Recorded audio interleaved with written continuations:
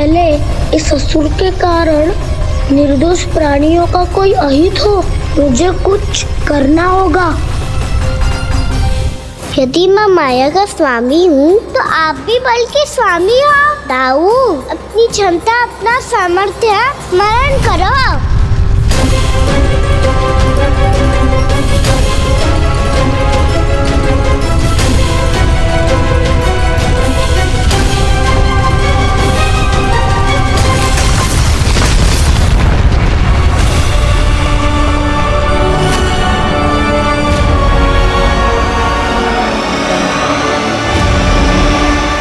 अद्भुत बल दाऊ, अद्भुत।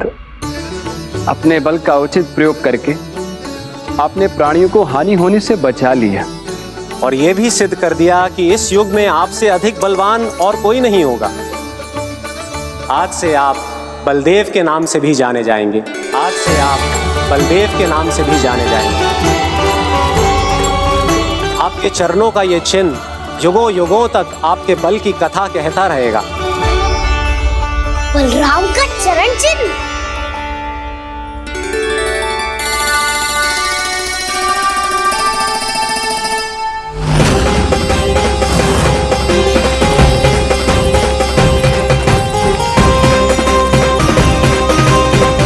मेरी माया से आज तक कोई नहीं बच पाया है। एक बार मुझे छोड़कर देखो, फिर पता चलेगा कि मैं हूँ कौन। पहले ये तो देख लो कि मैं कौन हूँ।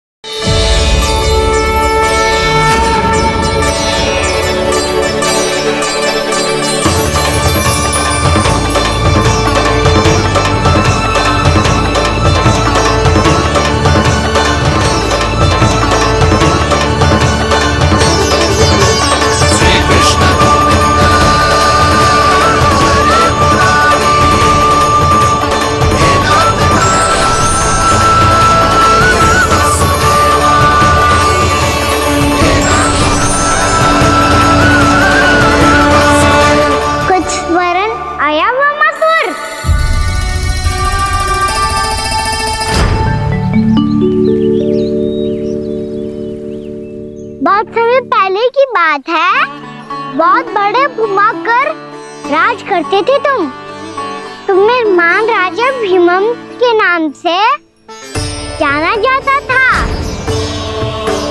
सब कुछ था तुम्हारे पास, पर शांति नहीं थी। इसीलिए शांति की खोज में अपना संपूर्ण राज अपने पुत्रों को सौंप कर मलय पर्वत की ओर चल दिए। अनेक वर्षों की तपस्या के बाद तुम्हारे तप की कीर्ति चारों ओर फैलने लगी और फिर सच्चे तपस्वी के रूप में तुम्हारी ख्याति से प्रभावित होकर महर्षि उलट तुमसे भेंट करने आए। राजा भीमरथ, आपने ईश्वर की प्राप्ति के लिए सब कुछ छोड़ दिया, पर अपना अभिमान नहीं छोड़ पाए।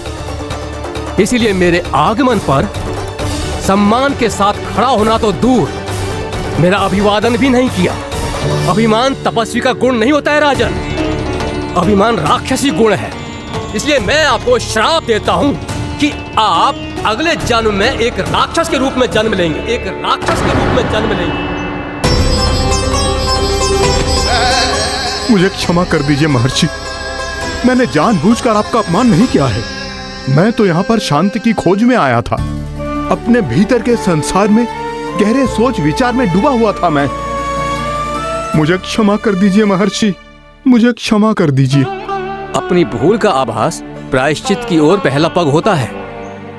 मैं अपना श्राप तो वापस नहीं ले सकता, परंतु आपको एक वचन अवश्य दे सकता हूँ। जब भी प्रभु नारायण का अवतार होगा, आपको उचित समय पे वो वरदान देंगे जिसकी आप लंबे समय से प्रतीक्षा कर रहे हैं।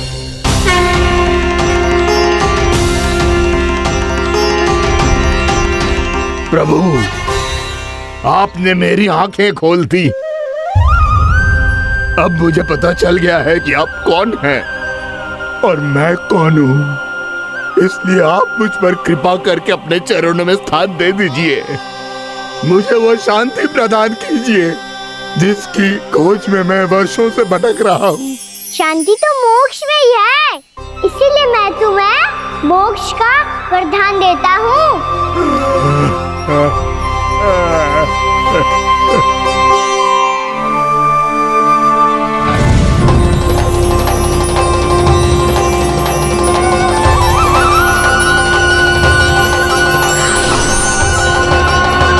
प्रभु की ये लीला सदैव स्मरण रखी जाएगी। इस स्थान को इनका आशीर्वाद मिलेगा और इस कंदरा को व्योमासुर की कंदरा के रूप में पहचाना जाएगा। भविष्य में अनेक ऋषि मुनियों की शरण स्थली बनेगी ये कंदरा।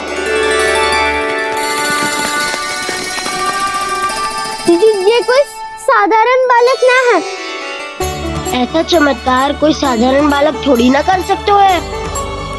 तुम सत्य कह रहे थे बलराम। कान्हा सच्ची में भगवान ही है, तभी तो सब देवता इसे बसाने और इसकी ओर से युद्ध करने आते हैं। तुम सब ऐसे आंखें फाड़ के क्यों देख रहे हो मुझे?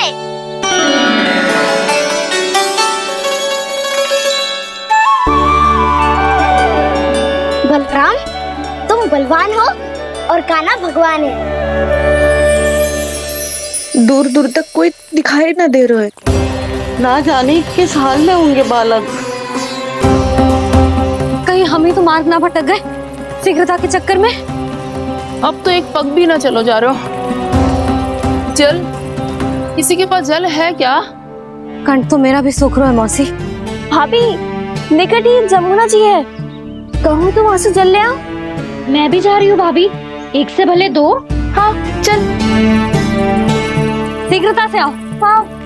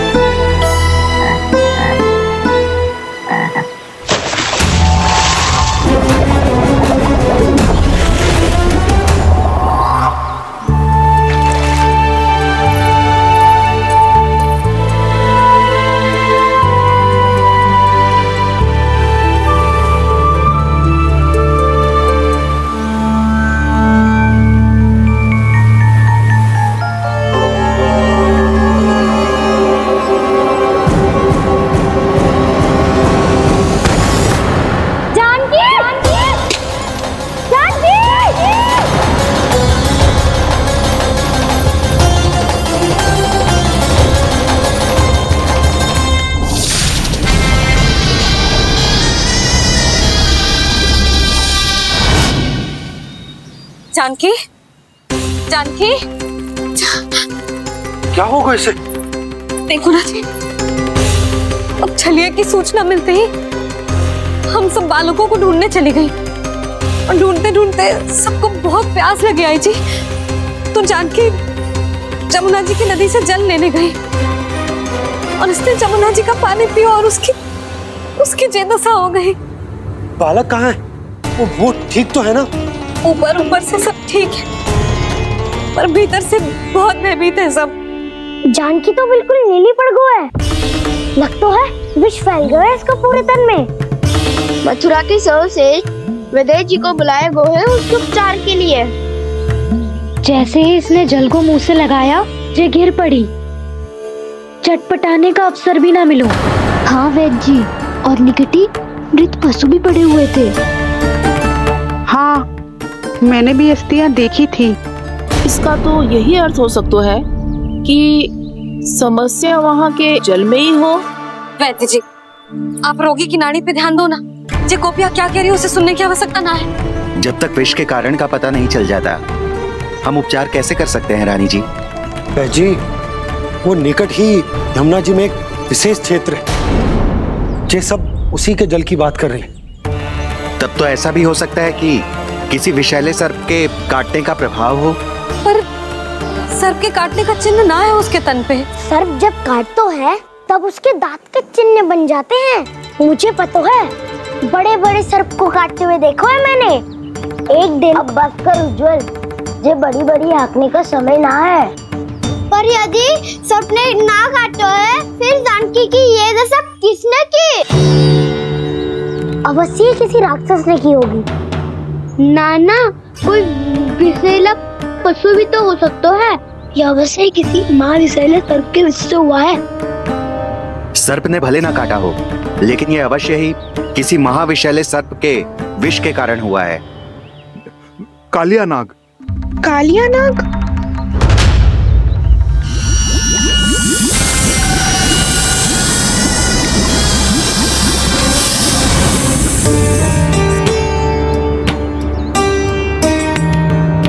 संकेतों से तो ऐसा लगता है कि जानकी ने कालिया नाग के क्षेत्र के विशाल जल पी लियो है। कालिया नाग एक लोक सुरती है, कल्पना में गढ़ी हुई एक कथा, और कछु ना है। हमें जाके पता लगाना पड़ेगा। पर हमें वहां जाने से मना क्यों है ना बड़ों ने? उज्जवल सही कह रहे हो है। इस समय जानकी के स्वार्थ से अधिक महत्वपूर्ण और कछु ना है। जानकी हमारे लिए ही जलाने गई थी जी। ना मैं उसे जाने देती ना जैसा वो तो। वैद्य जी, आप शीघ्र कछु करो, कैसे भी कछु भी करो, पर इसके प्राण बचा लो। यशोदा, धैर्य रखो, श्री नारायण पर विश्वास रखो, वो सब ठीक कर देंगे।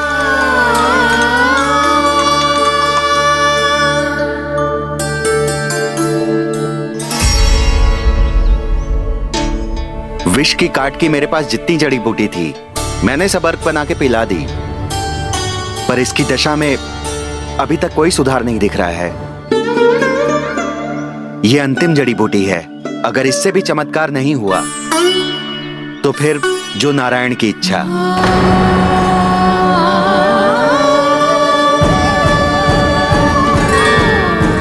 पर कोई तो उपाय होगा जानकी को बचाने का।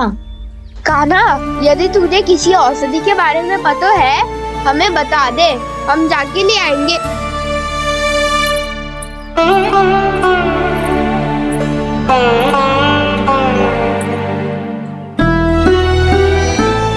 हे नारायण, हे प्रभु, मेरी जानकी के प्राण बचा ले प्रभु।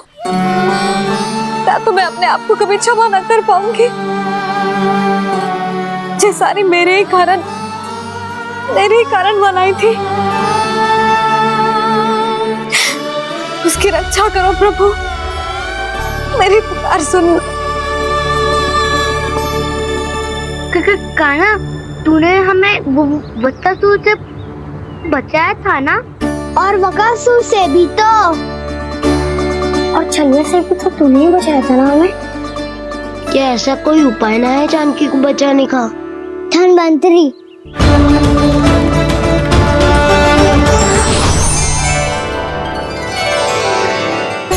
मैं आ गया हूं प्रभु, चिंता मत कीजिए, आपके आदेश का पालन अवश्य होगा। यशोदा मैया,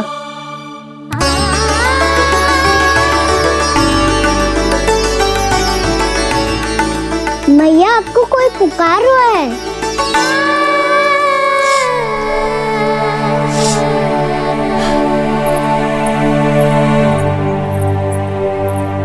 चिंता मत करो मैया, अब धन्वंतरी जी आ गए हैं और सब संभाल लेंगे। धन्वंतरी जी कौन है? जिन्होंने संसार का आयुर्वेद दिया, आरोग्य के देवता, वे श्री नारायण के अवतार।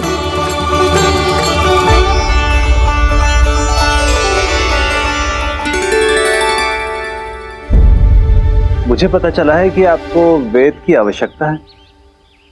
हाँ हाँ, भीतर आइए। आइए आइए बैठे जी। जी रहे। मथुरा का सर्वश्रेष्ठ वैद्य अर्थात मैं यहाँ आ चुका हूँ और रोगी को जितनी औषधि की आवश्यकता थी सब दे चुका हूँ। निश्चित रूप से आपने विष की काट के लिए बहुत ही उत्तम अर्क तैयार किया है, इसीलिए किसी और वैद्य की आवश्यकता नहीं है। किंतु आप अकेले कितना कुछ करेंगे वैद्यराज, मुझे अपना सहायक ही बना लीजिए।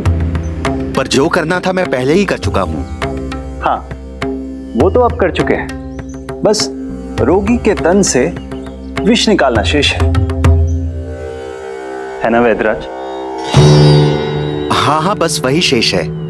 इनके रक्त को विष रहित करने में मैं आपकी सहायता करूंगा। पहले ये संजीवनी मानी जाने वाली इन लाल फूलों की बूटी को भी घिसना है ना?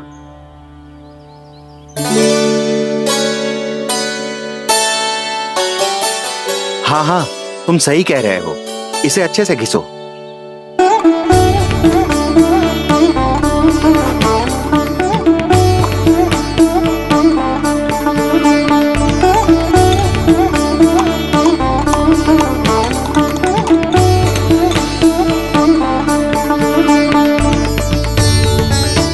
और ये नीले फूलों को भी तो मिलाना है ना?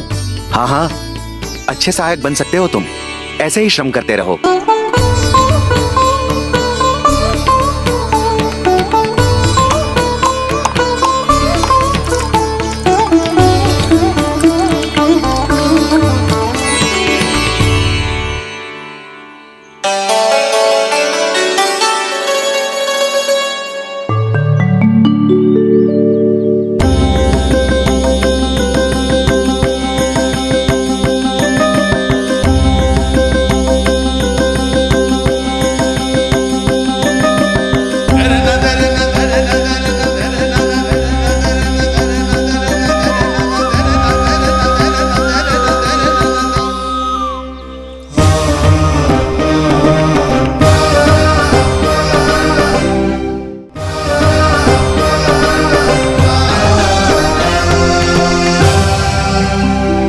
जानकी स्वस्थ हो जाएगी ना धन्वंतरी जी?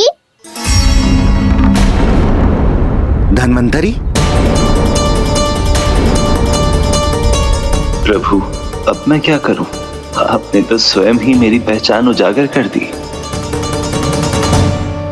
जी क्या करो कान्हा? आप सब ऐसे क्यों देख रहे हो? मैया कहती है ना, सभी वैद धन्वंतरी जी का ही रूप होते हैं। वाह कृष्णा, चतुर तो हो तुम। वैसे वास्तविक धन्वंतरी मैं हूँ, मेरा अर्थ है वास्तविक वैद्य मैं हूँ। ये तो मेरा सहायक है, मुझे पूरा विश्वास है बिल्कुल ठीक हो जाएगी। वैसे ही थोड़े ना मुझे मथुरा का सर्वश्रेष्ठ वैद्य कहते हैं लोग।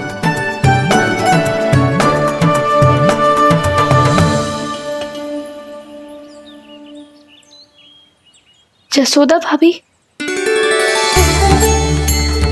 जसोदा जी, जानकी को चेतना आ गई। जानकी, जानकी, जानकी, तू ठीक है ना? क्षमा करना भाभी, मैं आपके लिए जल ना ला पाई। बस बहुत भूख लगी है। मैं अभी कच्छ लाती हूँ। जानकी माखन खाओगी?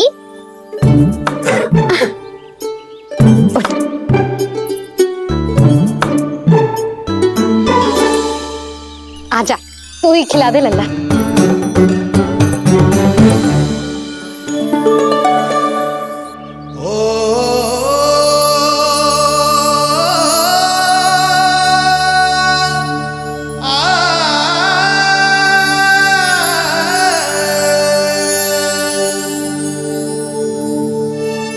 तुम सब मेरे लल्ला को माखन चोर कहती हो ना, आज देखो अपना ही माखन जानकी को खिला रहे है।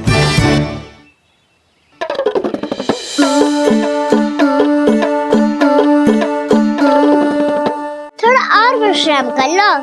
सदैव तुम हम सबकी सेवा करती हो, आज मैं तुम्हारी सेवा करूंगा।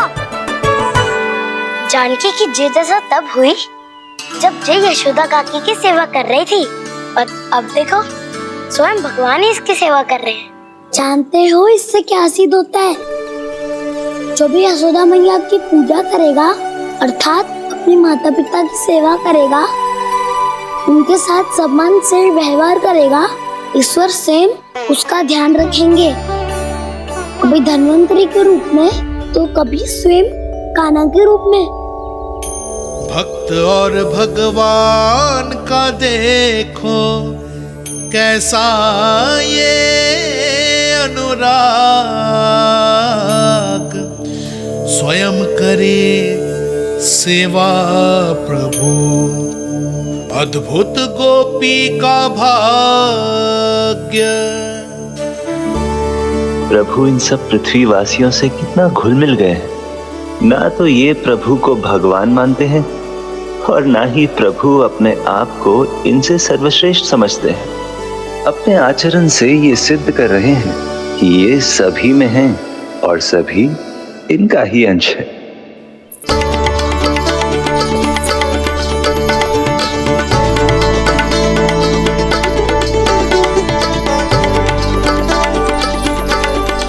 प्रभु,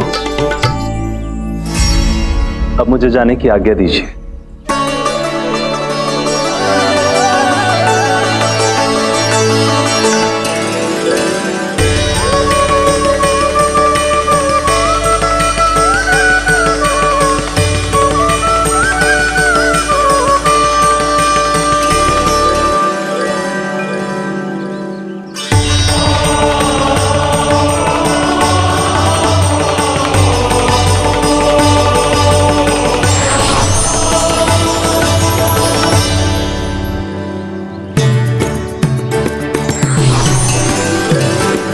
कान्हा ने तो सच्ची में धन्वंतरी जी को बुला लिया था।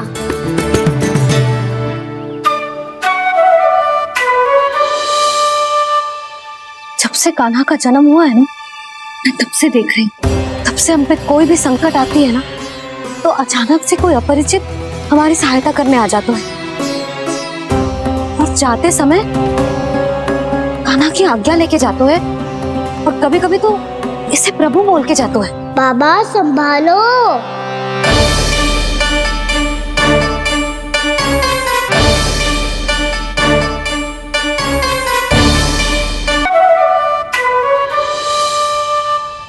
जब से कान्हा का जन्म हुआ है ना, मैं तब से देख रही हूँ, तब से हम पे कोई भी संकट आती है ना, तो अचानक से कोई अपरिचित हमारी सहायता करने आ जाता है, और जाते समय कान्हा की आज्ञा लेके जाते है, और कभी कभी तो इसे प्रभु बोल के जाते है। बाबा संभालो।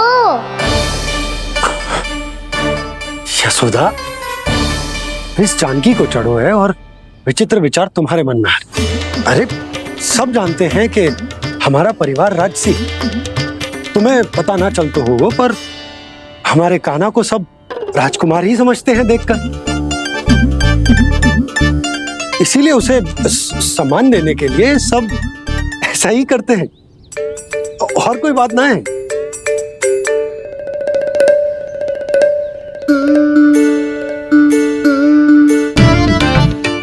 अब जे मेरे लल्ला को ऐसे क्यों घूर रहे हैं? बुरी दृष्टि लगाएंगे क्या? वैद्यराज जी, आपके सहायक तो गए, अब आप यहाँ क्यों? वो क्या है ना, मैं अपने रोगी का निरीक्षण करके पूरी तरह से संतुष्ट होकर ही जाता हूँ।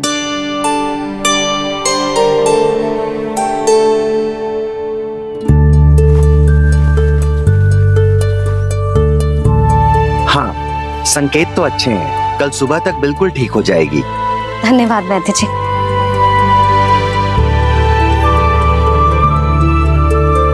बस तो फिर हम कल पकड़न पकड़ाई खेलेंगे जानकी।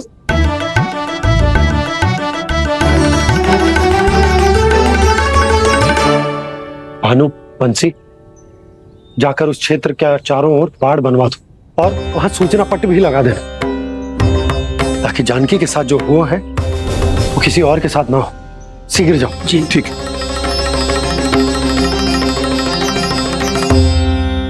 बाड़ और सूचना पट लगवाने से समस्या का समाधान नहीं होगा बाबा। निर्दोष पशु सूचना पट देखकर भी कुछ समझ नहीं पाएंगे।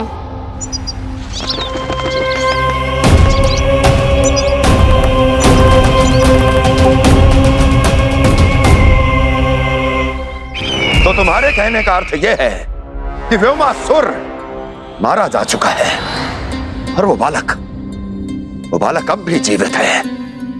हाँ महाराज, मैंने गोप बालकों को कहते सुना था कि कृष्ण ने छलिया को मोक्ष दे दिया है, पर वृंदावन सुरक्षित नहीं है महाराज।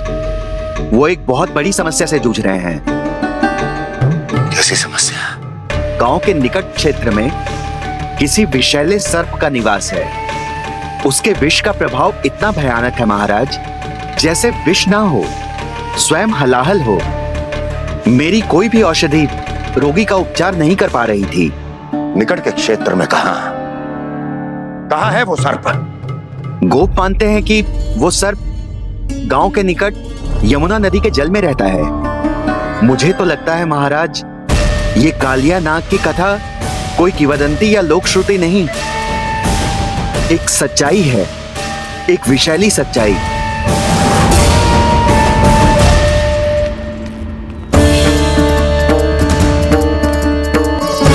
कालिया का सामना करने का समय आ गया है, पर उससे पहले मुझे बुलाना होगा उन्हें।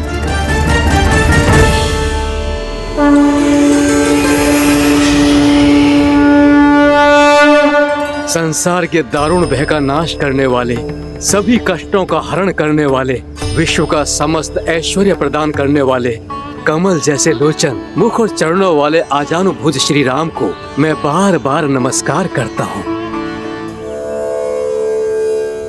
आपदामपहर्तारं दातारं सर्व संपदा लोकाभिरामं श्री रामं भूयो भूयो नमाम्यहम्। कागभूसोंडी कागभूसोंडी कागभूसोंडी। प्रभु क्षमा करें, मुझे जाना होगा।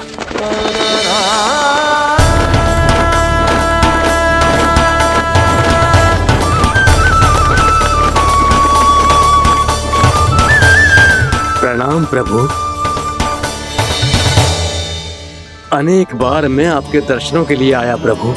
कभी नंद भवन के झरोखों से आपके दर्शन करके चला जाता था, तो कभी दूर किसी वृक्ष की आड़ से आपको निहार लिया करता था। आज आपने स्वयं मुझे बुलाकर धन्य कर दिया प्रभु।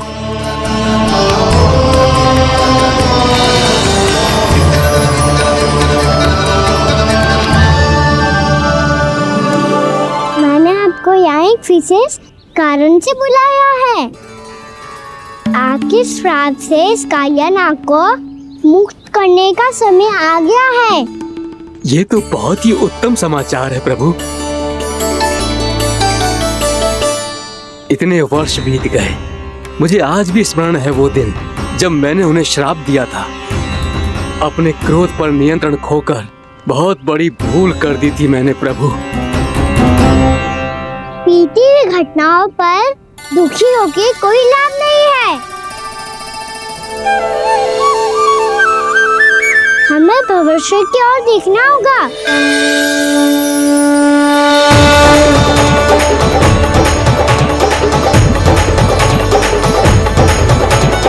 आदेश कीजिए प्रभु, क्या आज्ञा है आपकी? जब मैं कालिया नाग का सामना करने जाऊं, तो आप यही रहेगा। आपको अपने आप पता चल जाएगा कि कब क्या करना है। और हाँ, लौटते जाते समय नारद मुनि से कहिएगा, वो आकर मुझसे भेंट करे। अवश्य प्रभु, प्रणाम। क्या इसने सच्ची में देवर्षि नारद को बुलाया है?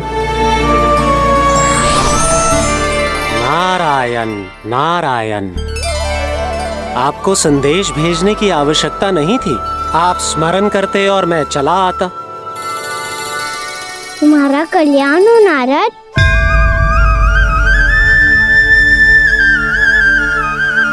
मैंने तुम्हें एक विशेष कार्य के लिए बुलाया है। आज्ञा दीजिए प्रभु। तुम्हें एक बार फिर कंस से भेंट करनी होगी। विचार कीजिए महाराज, क्या आप बिना किसी शंका के कह सकते हैं कि कौन सी पंखुड़ी पहली है और कौन सी 8वीं? उस दुष्ट से भेंट करना स्वयं कीचड़ में उतरने के समान है प्रभु। कमल पुष्प प्राप्त करना हो तो कीचड़ में उतरना पड़ता है नारद। आपका आदेश तो मैं स्वप्न में भी नहीं टाल सकता प्रभु। कंस कालियानाग के बारे में जान गया है, पर वो उसका सामना करने का साहस नहीं कर पाएगा। मैं आतुर हूँ प्राप्ति, मूर्ख नहीं। मेरी बुद्धि फिर नहीं गई है। मैं स्वयं उस कालिया जैसे महाविषैले सर्प के सामने खड़ा हो जाऊं और अपने ही काल को आमंत्रित कर लूं। तो फिर अपने लाभ के लिए उसका प्रयोग करने का कोई और उपाय सोचिए स्वामी। कुछ ऐसा कीजिए कि यमुना नदी का पूरा जल विषैला हो जाए और वृंदावन वासी उसका उपयोग करें और आपका काल कहलाने वाला वो बालक स्वयं काल के गाल में चला जाए। उत्तम उत्तम सुझाव है प्राप्ति। अब मुझे उस कालिया तक पहुंचने का मार्ग ढूंढना होगा, उसको विवश करने का कोई उपाय ढूंढना होगा, क्योंकि व्यक्तिगत रूप से उससे भेंट करना असंभव है। असंभव। आप सही कह रहे हैं प्रभु। कंस में उतना सामर्थ्य नहीं कि वो कालिया नाग का सामना स्वयं कर सके। वैसे तो कालिया गरुड़ देव का भी सम्मान नहीं करता, तो फिर वो कंस का सम्मान क्यों करेगा भला? नहीं करेगा, पर कंस तुम्हारा सम्मान अवश्य करेगा नारद। तुम्हारी बातें भी सुनेगा और मानेगा भी। ये मेरी योजना का बहुत ही महत्वपूर्ण भाग है। तुम कंस के पास जाओ और कहो कि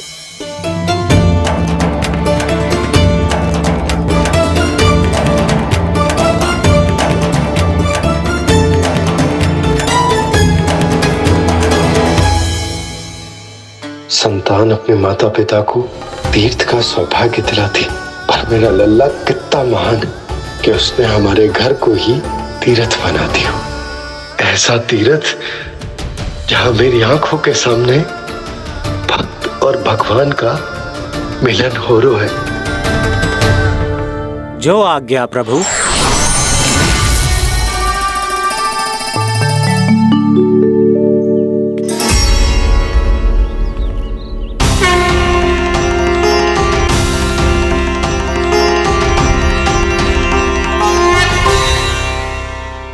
बाबा। कान्हा, ये सब क्या चल रहा है? पहले काग भुसुंडी जी और फिर जे नारद जी।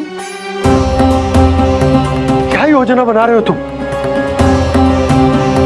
कान्हा, बताना लल्ला, क्या सोच रहे तू? कान्हा देख, अगर तुझे अपने बाबा को ना बताना हो ना,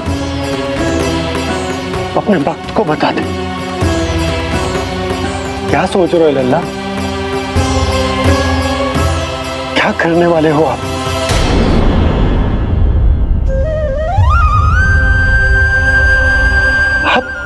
आप इतने दुखी क्यों हो? कान्हा, कान्हा, क्या होगा? क्योंकि मुझे आभास हो गया है बाबा, समय आने वाला है। कौन सा समय आने वाला है लल्ला? शीघ्र सब कुछ बदलने वाला है। भैया को मेरा सत्य पता चल जाएगा बाबा।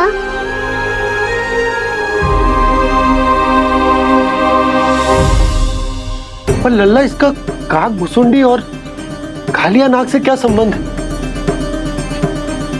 ऐसा क्या हुआ था और क्या होने वाला है?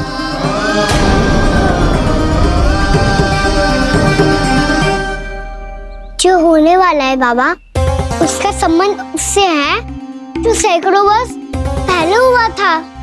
महर्षि भृगु के एक वंशज थे वेद शिरोमणि, जो विंध्याचल की पहाड़ियों में साधना कर रहे थे। तभी वहाँ अश्वशिरा नाम के एक दूसरे मुनि आमंत्रण के बिना ही आ गए। कितना सुंदर और शांतिपूर्ण आश्रम है। यहाँ प्रभु की साधना करने में बहुत आनंद आएगा। शीघ्र ही अश्वशिरा मुनि उपस्थिति के कारण होने वाले व्यवधान से बाध्य होकर वेद शिरोमणि ने अपनी आंखें खोली। कौन हो तुम और यहाँ क्या कर रहे हो? आपके आश्रम में बहुत शांति है मुनिवर। साधना करने के लिए बहुत ही उत्तम स्थान है ये। मैं चाहता हूँ कि मैं भी यहाँ। आप यहाँ साधना करना चाहते हैं, लेकिन इतना भी नहीं जानते कि किसी के आश्रम में प्रवेश करने से पहले उसकी आज्ञा लेनी चाहिए। आप ये भी नहीं जानते कि यदि कोई यज्ञ कर रहा हो तो बिना अनुमति के वहाँ प्रवेश करने से उसकी यज्ञ साधना भंग हो सकती है। आप क्या साधना करेंगे मुनि? आप तो साधना के योग्य ही नहीं हैं। इतना अपमान! एक मुनि के मुख से इतने कड़वे शब्द शोभा नहीं देते। मैं तुम्हें श्राप देता हूँ, जितनी विषैली तुम्हारी जिह्वा है उतने ही विषैले सर्प बन जाओ तुम। और ऐसा सर्प जो सांस भी ले तो निकट का वातावरण दूषित हो जाए। तुम्हारे इस दुस्साहस के लिए मैं तुम्हें श्राप देता हूँ कि तुम अभी इसी क्षण कौवा बन जाओ, और ऐसा कौवा जो कांव कांव करके अनर्गल प्रलाप करता रहे।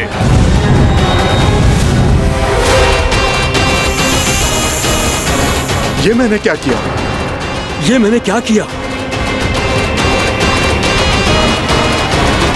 क्रोध के कारण दोनों ने एक दूसरे को श्राप दे दिया। पर दोनों ही मेरे भक्त हैं, और भगवान होकर मैं अपने भक्तों को इतनी कठिनाई में कैसे देख सकता था। इसीलिए जिस संकट में उन दोनों ने अपने आप को फंसा लिया था, उसका समाधान करने में मैं उनके पास गया।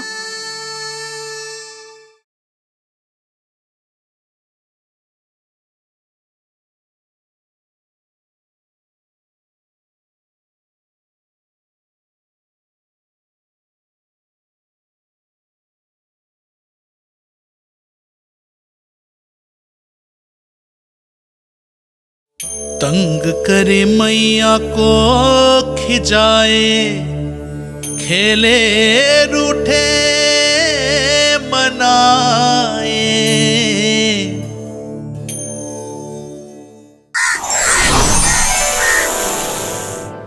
देखिए ना प्रभु, ये क्या हो गया हमसे? हमारी रक्षा कीजिए प्रभु, मार्ग दिखाइए हमें। क्रोध पर नियंत्रण ना होने के कारण आप दोनों ने एक दूसरे को बहुत ही भीषण संकट में डाल दिया है। अब दोनों ही तपस्वी, तप के बल से दिए गए आपके श्राप को लौटाना भी संभव नहीं है। प्रभु कोई तो उपाय होगा, हम आपके शरण में हैं प्रभु। अपराध तो हमसे हुआ है प्रभु, पर अब आपसे ही आशा है। कुछ ऐसा कीजिए भक्त वत्सल, जिससे हम दोनों के श्राप का प्रभाव कुछ कम हो जाए। आप दोनों ही मेरे भक्त हैं, इसलिए आपकी पीड़ा का निवारण करने का एक उपाय है मेरे पास। वेद शिरोमणि, जब आप कालिया नाग बनेंगे तो आपको मेरे चरणों को अपने शीश पर धारण करने का सौभाग्य मिलेगा। और अश्व शिरोमणि, आप काग योनि होने के बाद भी आप श्रेष्ठतम ज्ञान और सर्वाधिक यौगिक सिद्धियों के स्वामी होंगे और प्रवचन दिया करेंगे। इसके बाद अश्वशिरा मुनि काक भुसुंडी बन गए, जिन्होंने आगे चलकर स्वयं गरुड़ देव को रामायण सुनाई। और मुनि वेदशिरा महर्षि कश्यप और देवी कत्रियों के पुत्र कालियानाग बनकर जल में। और अब वही कालियानाग जमुना जी में, जिनके कारण जानकी के प्राण लगभग चले ही गए थे। अब कालियानाग को उचित स्थान पर भेजने का समय आ गया है बाबा। पर ये तो अच्छी बात है कान, वेदशिरा मुनि को दिया हुआ तुम्हारा वचन भी पूरा हो जाएगा, जमुना जी की शुद्धि भी हो जाएगी। इस सब के बाद भी तुम दुखी क्यों हो? क्योंकि इसके बाद मैया के सामने मेरा रहस्य खुल जाएगा बाबा। उन्हें पता चल जाएगा कि उनका बालक कोई साधारण बालक ना है। भविष्य में जो होने वाला है उसे सबके सामने घटने से रोकना मेरे लिए भी संभव ना होगा। मैया को सब पता चल जाएगा। क्या पता चल जाएगा रे मुझे?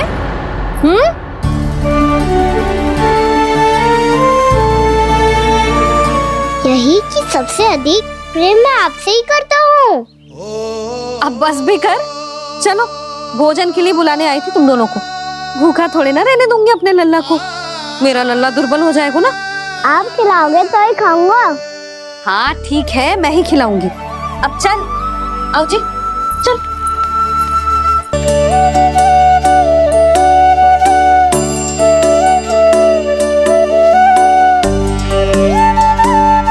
मैया खेलो ना मेरे साथ। मैया सुनो ना,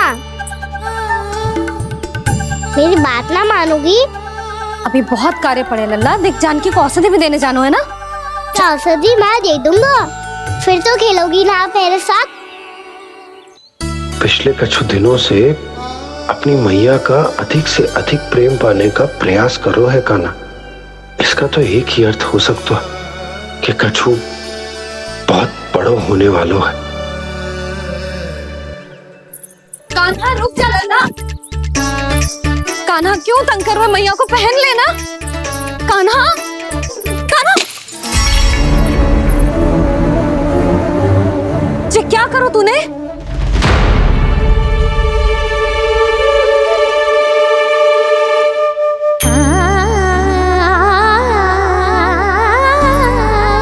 अच्छा ठीक है, अब मुंह लटकाने की आवश्यकता ना है। ये ले।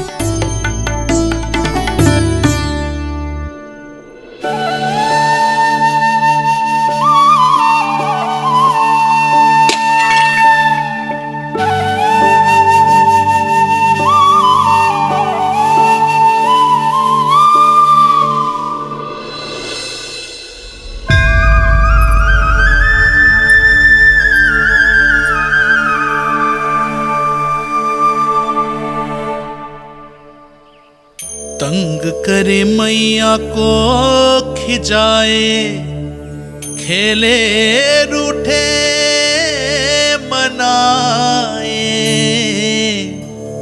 लीला अनोखी करके शरारत, कान्हा दंड भी पाए।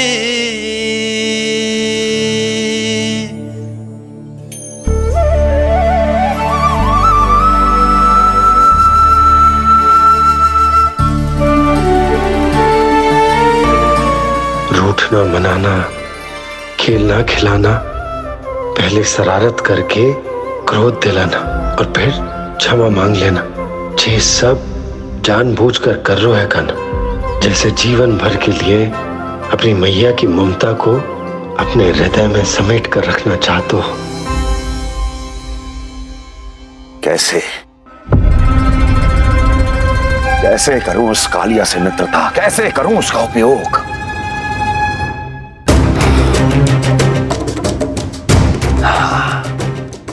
उस पर आक्रमण कर देता हूं और उसे किसी ना किसी तरह से यह विश्वास दिला देता हूं कि यह आक्रमण उस विष्णु अवतार ने किया है। फिर वो क्रोध में आकर सारे वृंदावन वासियों को अपने विष से समाप्त कर देगा। उचित है, ये उचित है। नारायण हरि, नारायण हरि।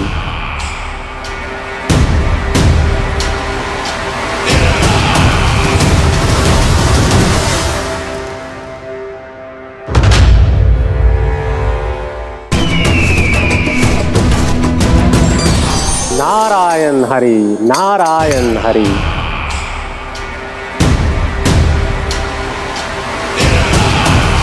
प्रणाम देवर्षि। इस योजना में कितना लाभ है और कितनी हानि, यह आंकलन करते करते थक गए होंगे मथुरा नरेश। देवर्षि, आज मेरा ध्यान कैसे आ गया आपको? आप तो सदैव ही मेरे ध्यान में रहते हैं महाराज कंस। सत्य तो यह है कि मथुरा में जो भी हो रहा है मुझसे छिपा हुआ नहीं है। मैं जानता हूं कि आप किसी भी असुर को वृंदावन क्यों ना भेजें, और वो असुर कितना भी शक्तिशाली क्यों ना हो, कृष्ण का सामना नहीं कर पाता। या तो पराजय स्वीकार करके आपके पास लौट आता है, या तो फिर वीर गति को प्राप्त हो जाता है।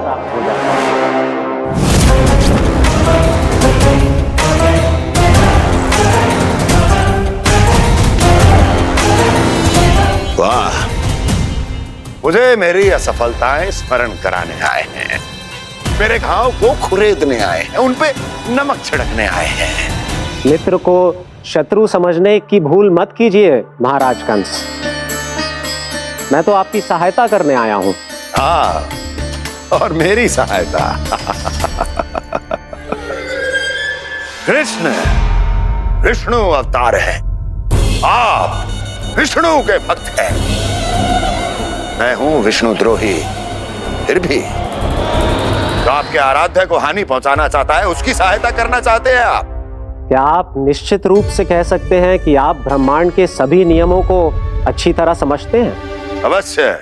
आपके लिए बस इतना ही जानना पर्याप्त होगा कि मैं जो कुछ भी कर रहा हूं उसके लिए मेरे व्यक्तिगत कारण हैं। मैं तो बस आपके हित में पिछली बार की तरह एक सुझाव लेके आया था, पर यदि आप मेरा सुझाव सुनना भी नहीं चाहते तो आपकी इच्छा। नारायण हरि, नारायण हरि।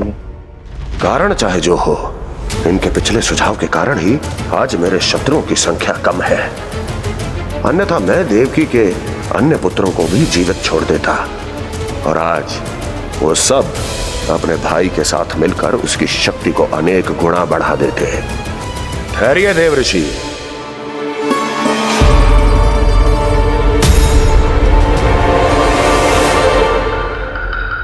बताइए क्या सुझाव है आपके पास? मेरे सुझाव का नाम है कालिया नाग।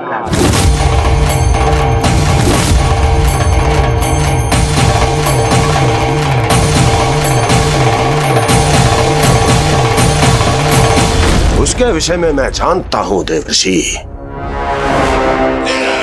तो समस्या यह है कि मैं स्वयं उससे मिलने नहीं जा सकता, उससे भेंट नहीं कर सकता। उस कृष्ण की हत्या के लिए उसको वृंदावन जाने के लिए तैयार नहीं कर सकता। तो मत जाइए उसके सामने, और ना उसे भेजिए कृष्ण के सामने। हर बार आप किसी ना किसी असुर को अपने शत्रु के क्षेत्र में भेजते हैं, जहां शत्रु उसका सामना करने के लिए पूरी तरह से तैयार होता है और आपका असुर मारा जाता है। इस बार शत्रु को युद्ध स्थल चुनने का अवसर मत दीजिए महाराज।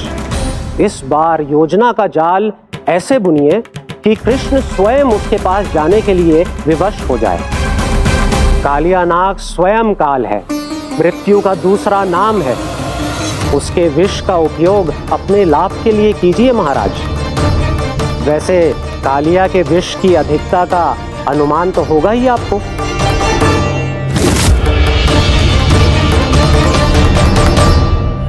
एक बार जो उसके क्षेत्र में पहुंच गया, फिर उसके विष से बचना असंभव है। उचित सुझाव है देवर्षि, उचित सुझाव है। देवर्षि, उस छलिया विष्णु की भक्ति करते करते आप भी उसके रंग ढंग सीख गए हैं।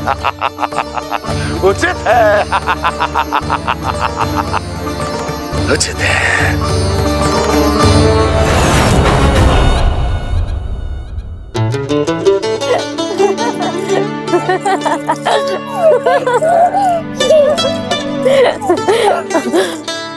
बस बस, बहुत आनंद ले लियो लला। बस अब दूध पी ले। ठहर ठहर, गर्म है। जी ले ले।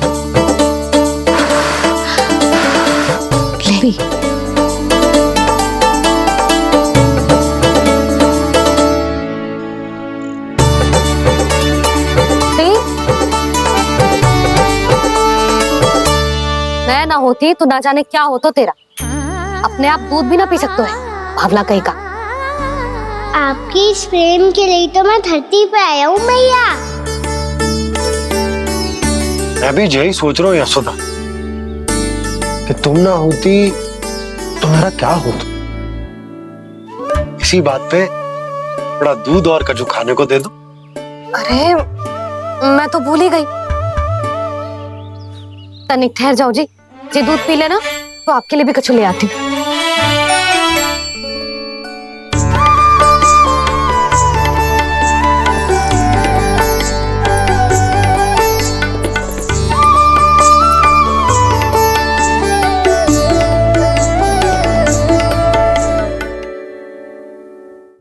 प्रणाम महाराज। आपकी आज्ञा के अनुसार बिल्कुल वैसा ही पत्र तैयार किया है जैसा आप चाहते थे।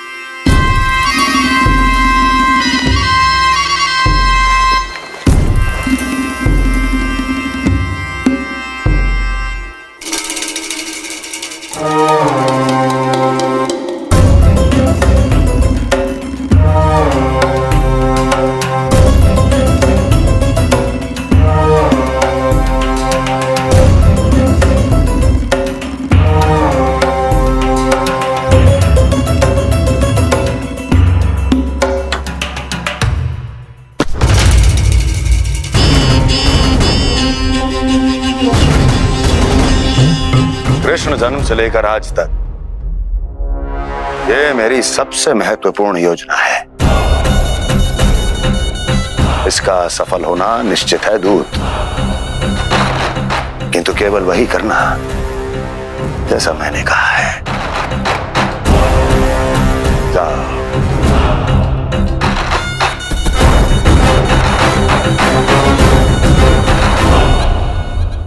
कान्हा,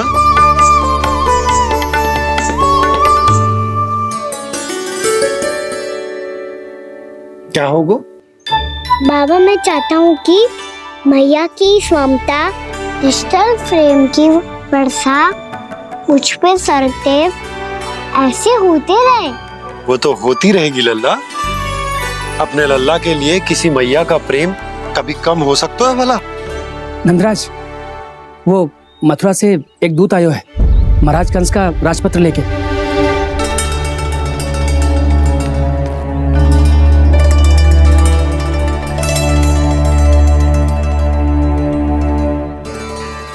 कान्हा अब क्या करने वाला है?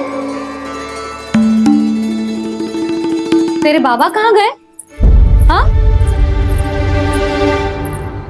कंस मामा का खेल आरंभ हो गया है, पर मैया वो सब सुनेगी तो व्यर्थ चिंतित हो जाएगी। बस थोड़ा बाहर गया मैया, कछु खा रही से। बाहर इस समय? मैया क्या होगा? मैया देखो ना, पीठ पे कछु हो रहा है। मेरा हाथ ना पकड़ो, आप करो ना। यहाँ? क्षमा करना मैया, पर अभी बाबा को ही संभालने दो ये सब। कहिए, क्या संदेश लाए हैं आप? नहीं नंदराज नहीं। महाराज कंस का आदेश है कि ये संदेश सभी गांव वालों के साथ ही पढ़ा जाए। ठीक है, मैं गांव वालों के सामने पढ़ दूंगा, पर मुझे तो दीजिए पढ़ने के लिए। महाराज की आज्ञा का पालन करना आपके लिए भी आवश्यक है नंदराज। सभी गांव वासियों की सभा बुलाइए। बंसी, सभी गांव वालों की सभा बुलाओ। राजपत्र में ऐसा क्या संदेश भेजो है कंस ने? अब मेरे पत्र को पढ़कर सब भौचक के रह जाएंगे। और वो कृष्ण, उस कृष्ण के पांव के नीचे से तो भूमि खिसक जाएगी, आकाश फट पड़ेगा, बिजलियां गिर जाएंगी। प्राप्ति, ओ प्राप्ति, कंस का पत्र। स्वयं को बहुत अधिक शक्तिशाली समझता है ना वो। अब देखता हूं कैसे वो इस महासंकट का सामना करता है। वो कृष्ण, वो अपनी मृत्यु स्वयं चुनेगा या मृत्यु की वेदी पर चढ़ा देगा। प्रिय वृंदावन वासियों को।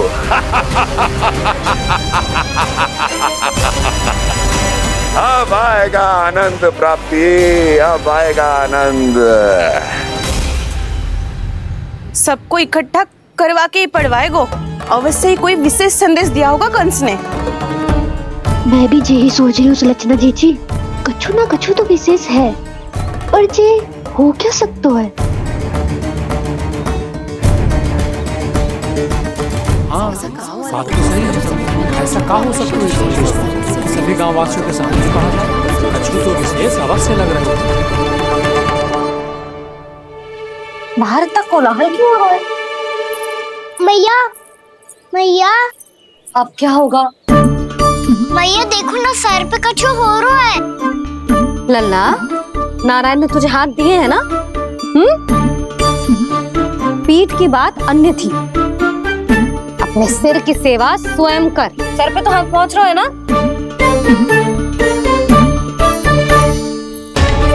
मैया सुनो ना, मैया देखो ना, तीव्र कर कछु हो रहा है। मैया देखो ना, तीव्र कछु हो रहा है।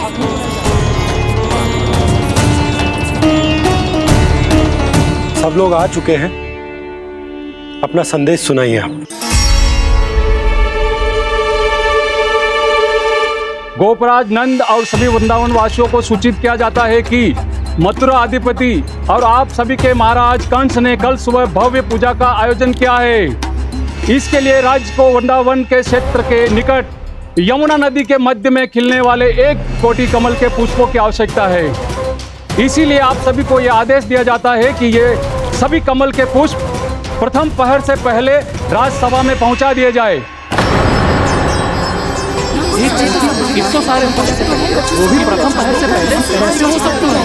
यदि आप ऐसा करने में असफल रहे तो इसे राज आज्ञा का उल्लंघन माना जाएगा और राजद्रोह के आरोप में आप सभी को कड़े से कड़ा दंड दिया जाएगा।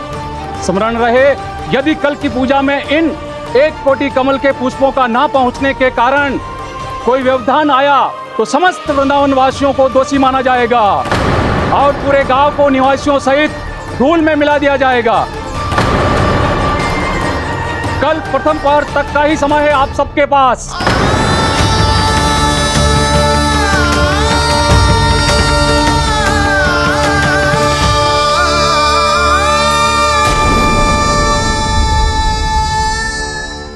एक कोटि कमल पुष्प, वो भी कल प्रथम प्रहर में? ऐसे कैसे संभव है? और कोई साधारण पुष्प ना, यमुना नदी के मध्य खिलने वाले विशेष कमल के फूल चाहिए उन्हें। लेकिन यमुना नदी में तो कालिया नाग ने विष घोल के रखा है, तो फिर कैसे हो पाएगा? यह संभव है। हमारी मृत्यु का संदेश भेजा राजा कंस ने। सदैव की भांति इस समस्या पर भी गांव के बड़े ही विचार करेंगे। बालकों का यहाँ होना उचित ना है।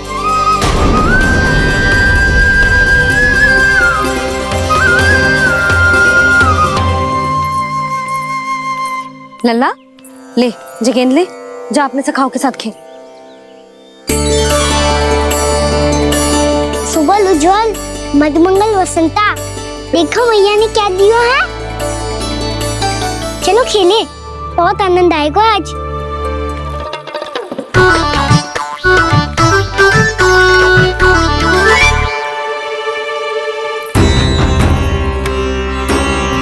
भानु, बंसी, जाओ और शीघ्र ही वो घेरे का कार्य समाप्त करो।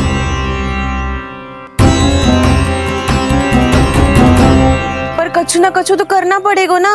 पर हम कर ही क्या सकते हैं? पुष्प लाने को और कोई उपाय है भी तो ना। मैं चला जाऊंगा जमुना जी में। वैसे भी मेरे जीवन के कितने दिन शेष बचे हैं। गांव के लिए, समाज के लिए कुछ करके मरूं, तभी तो शांति मिलेगी। ना काका, यदि आप उस विषैले जल में छलांग लगा भी दोगे, किंतु 1 कोटि कमल पुष्प एकत्रित कर पाना आपके लिए संभव ना है। इससे अच्छा है कि मैं चला जाऊं। यदि मैं मर भी गया तो मेरे पीछे रोने वाला कोई ना है। किसी को कहीं जाने की आवश्यकता ना है। गोप नरेश होने के नाते ये मेरा कर्तव्य है कि मैं आप सबकी रक्षा करूं। नंदराज, आपको जाना है तो जाओ। हरिया, काका, भैया सब चले जाओ। लेकिन आपको पता है वहाँ का जल कितना विषैला है। आप लोग एक क्षण भी जीवित नहीं रह पाओगे। फिर कैसे इकट्ठा करेंगे 1 कोटि कमल पुष्प? आप बात तो सही कह रही हैं शांति। उस दुष्ट कंस ने ऐसी मांग रख के हम सबको फंसा दिया। हम में से कोई भी क्यों ना चला जाए और इस संकट का समाधान ना निकले को। कान्हा, बताना कौन सा खेल खेलें? गेंद पकड़ खेलते हैं। पर एक बात सुन लो सब, कोई भी तीव्र गति से ना फेंकेगा गेंद को। भैया ने स्वयं बनाई है मेरे लिए। सब तैयार हो? हाँ।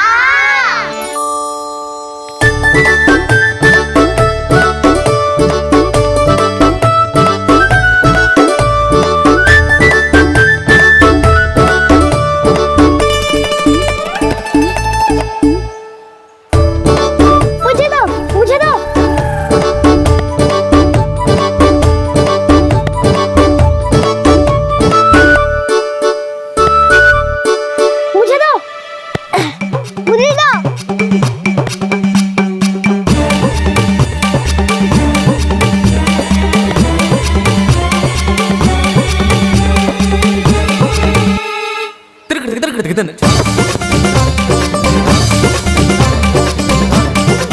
कान्हा, इतनी धीरे से फेंकेगो तो कैसे आनंद आएगो? थोड़ा बल लगा के फेंक। हाँ कान्हा, हम अभी बड़े हो गए हैं, तू अब भी छोटे बालकों की तरह फेंक रहे है।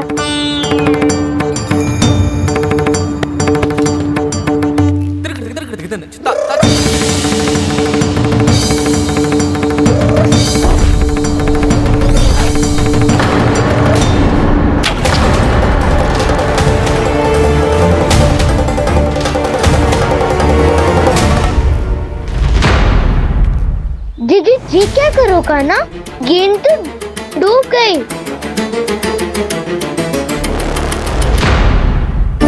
अच्छा, तो ये सब इसकी योजना का भाग था ताकि ये कालिया का सामना कर पाए। तुम सबने तो कही थी तीव्र गति से फेंको। देखो सिखवा दी ना मेरी गेम। मुझसे नदी में अब मुझे जाके लानी पड़ेगी। रुक जा कान्हा, रुक जा कान्हा। जी क्या बोल रहे थे कान्हा? इसमें तो बहुत संकट है। कोई भी संकट मेरी मैया का उपहार खोने से बड़ा ना है। बहुत प्रेम से बना के उन्होंने दी थी।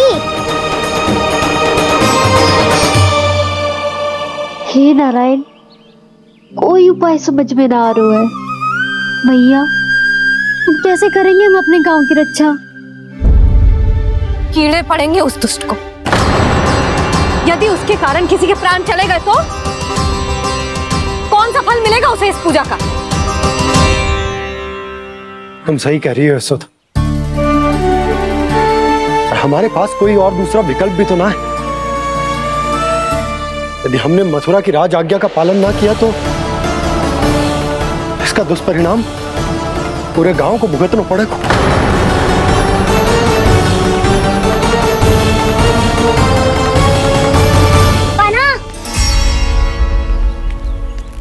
पता है कि तू भगवान है, दिव्य है, बहुत शक्ति है तुझ में।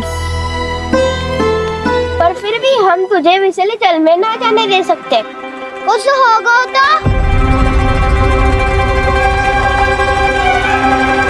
तुम सब इतनी हट कर रहे हो तो ठीक है, ना जाऊंगा। गेंद कहाँ गिरी है, कितनी दूर गई है, ये तो देख लूं, ताकि उसे बाहर निकालने का कोई उपाय ढूंढता हूँ।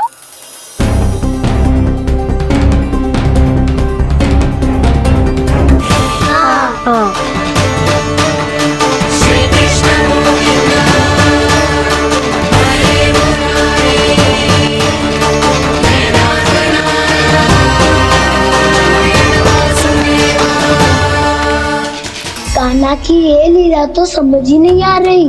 पहले इसने देवश्री नारद को मथुरा जाकर कंस को भड़काने के लिए कहा, फिर स्वयं ही दुखी भी हो गया कि अब इसका रहस्य सबके सामने खुल जाएगा।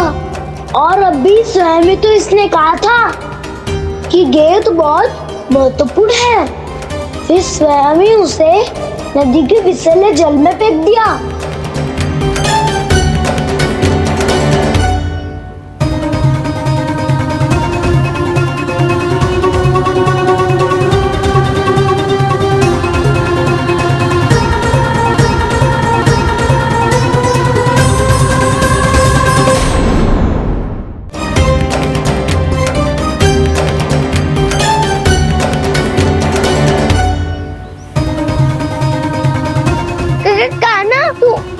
ऊपर क्यों चढ़ रहा है? अरे ऊंचाई से देखूंगा तभी तो गेंद दिखेगी।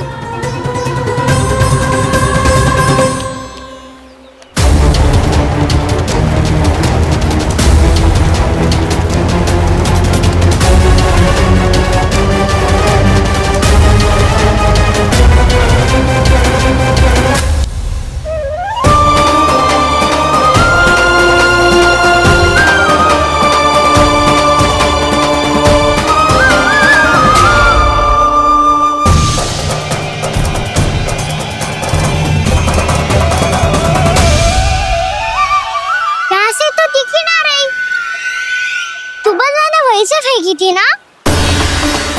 ना वहाँ से फेंकी थी। कहाँ से? देखा ना वहाँ से। समझ ना आ रहा, ठीक बताना कहाँ से फेंकी थी?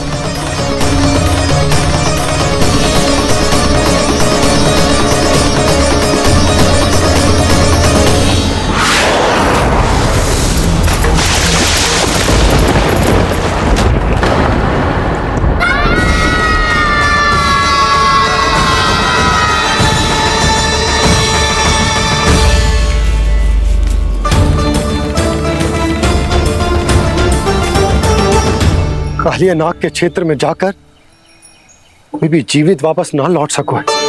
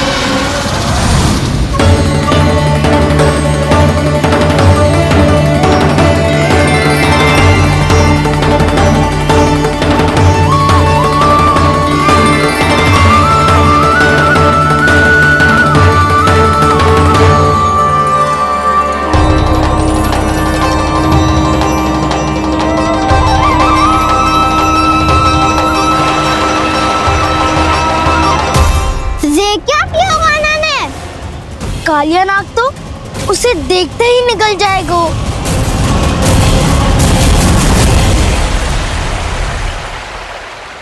तो आरंभ से अब तक सब कुछ उसकी लीला का ही भाग था।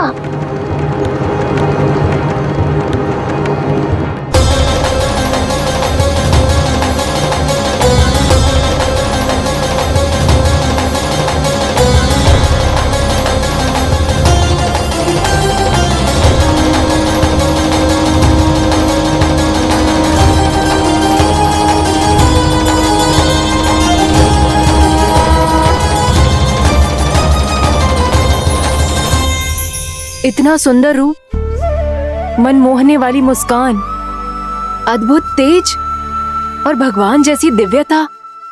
कौन हो तुम? हाँ, तुम्हें देखकर तो हम सब सम्मोहित ही हो गए।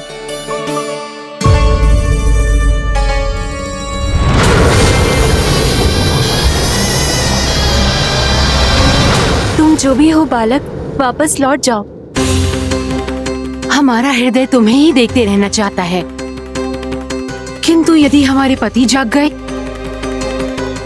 तुम्हें अवश्य हानि पहुंचाएंगे। ये बहुत विषैले है बालक, कालकोट जैसे भयानक, इनके विष से तुम नहीं बच सकोगे। नंदराज, कालिया नाग के विष का प्रभाव बढ़ते ही जा रहा है। पहले 8 कोस तक उसके विष का प्रभाव था, अब तो 1 योजन से अधिक क्षेत्र में फैलो है। जल पीने के प्रयास से अनेक पशु मारे गए हैं और नदी के निकट के वृक्ष और वनस्पति सब नष्ट होने लगे।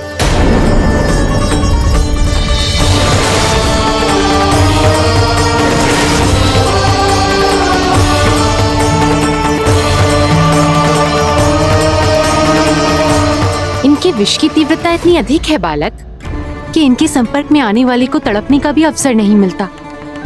इनके विष की अग्नि क्षण भर से भी कम समय में प्राणवायु को जलाकर राख कर देती है।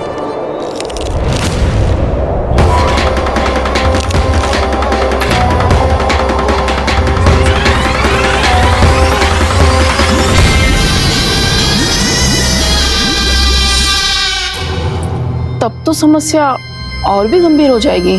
मैंने तो सुनो है कि कालिया नाग कम से कम 2 योजन लंबा है, सैकड़ों फन है उसके।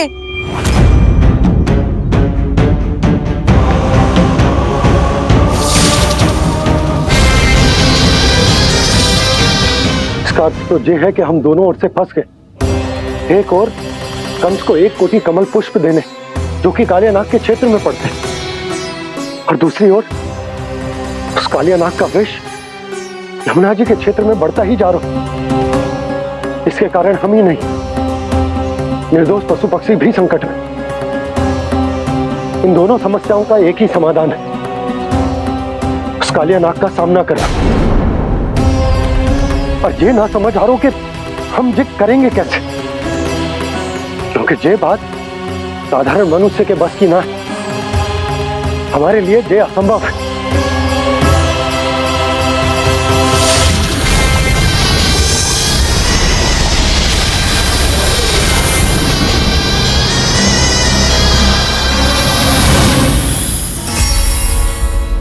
अब तो तुमने अपनी आंखों से भी देख लिया बालक, ये कितने विषैले हैं, नींद में भी विष उगलते हैं। इससे पहले कि तुम्हें कुछ हो जाए, चले जाओ यहाँ से, मान लो हमारी बात। आप सब मुझे जानती भी नहीं और फिर भी मेरी इतनी चिंता कर रही हैं आप। माँ की ममता भेदभाव नहीं जानती। तुम भी किसी के पुत्र हो और हम सब भी माँ हैं। एक माँ को हर बालक में अपनी ही संतान दिखाई देती है, इसलिए हम तुमसे विनती करते हैं, वापस चले जाओ, बचा लो अपने प्राण।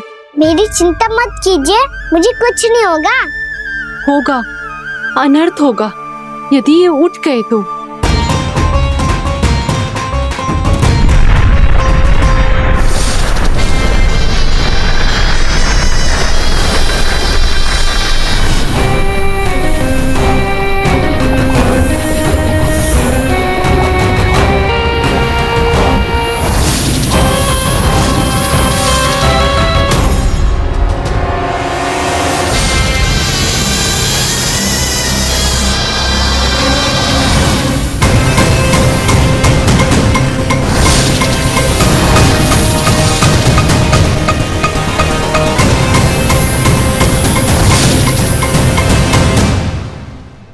सामने होते हुए भी अपने इश्क को केवल वही देख सकता है जो अपना अभिमान त्याग चुका हो।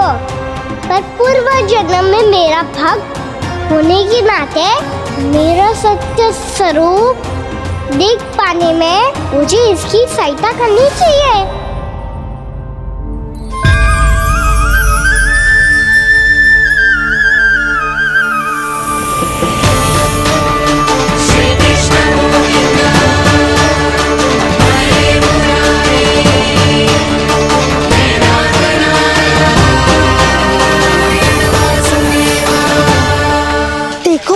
हमारा छोटा सा कान्हा जैसे डट के खड़ा है, इतने विशालकाय, इतने महाभयंकर सबके सामने।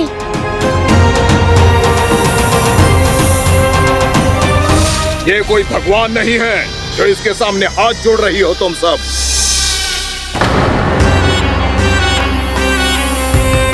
एक सामान्य साधारण बालक है ये, जो ये तक नहीं जानता कि इसके सामने है इसका काल, कालिया। तू कौन है बालक? मेरे इतने निकट आकर भी तू जीवित कैसे है? मेरी नहीं, अपनी चिंता करो कालिया। बहुत मनमानी कर ली तुमने। अब बस, मैं तुम्हें रोकना हूँ। अब बस, मैं तुम्हें रोकना हूँ। मैं तुम्हें रोकना हूँ। बित्ते भर का है तू, मेरे विष के बारे में जानता ही क्या है? और कहता है मुझे रोकने आया है। किससे? किससे रोकना चाहता है तू मुझे? मुझे क्रोध दिलाने की भूल मत कर बालक। अपनी फुंकार से ही तेरी इस मुस्कुराहट को अंतिम मुस्कुराहट बना सकता हूं मैं। शीघ्र बता, कौन है तू और किसने भेजा है तुझे? तुम्हें आवाज भी है कि अपनी पुकारों से तुम कितना विष भूल चुके हो। पवित्र यमुना नदी को कितना दूषित कर दिया तुमने। और यही नहीं, तुम्हारे कारण निकट के जीव जंतुओं, वृक्ष, वनस्पतियों सबको हानि पहुंच रही है। तो क्या? मुझे उससे क्या? मुझे है। आपत्ति है मुझे तुम्हारे इस व्यवहार से, और इसीलिए तुम्हें यहाँ से जाना होगा।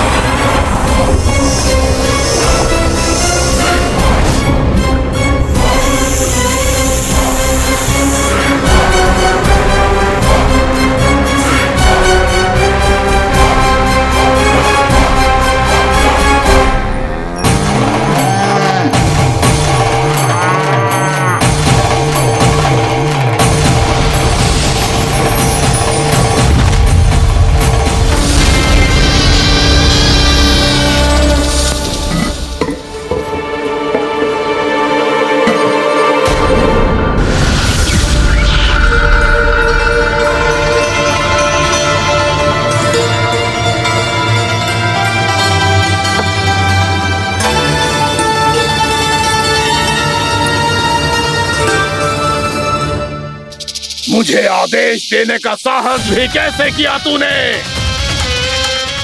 इस क्षेत्र को मैंने अपना राज्य बनाया है, मेरा परिवार रहता है यहाँ, और तू मुझे यहाँ से जाने के लिए कह रहा है? हाँ, क्योंकि तुम्हारे यहाँ रहने के कारण अन्य जीवों को हानि हो रही है, और मैं ऐसा नहीं होने दे सकता। मैं तो बस वही कर रहा हूँ जो एक सर्प का स्वभाव है। विष फैलाना स्वाभाविक है मेरे लिए, इसलिए मुझे चुनौती मत दे बालक। चुनौती तो मैं चुकाऊं कालिया। अब तो बस तुम्हें स्वीकार करनी है।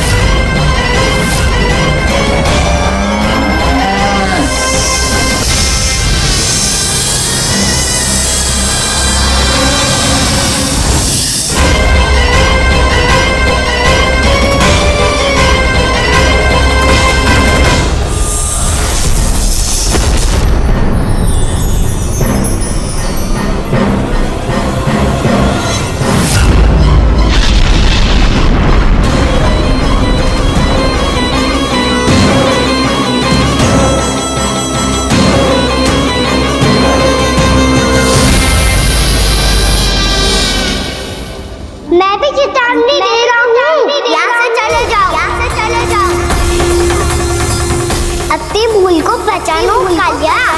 तुम जो कर रहे हो अनुचित है।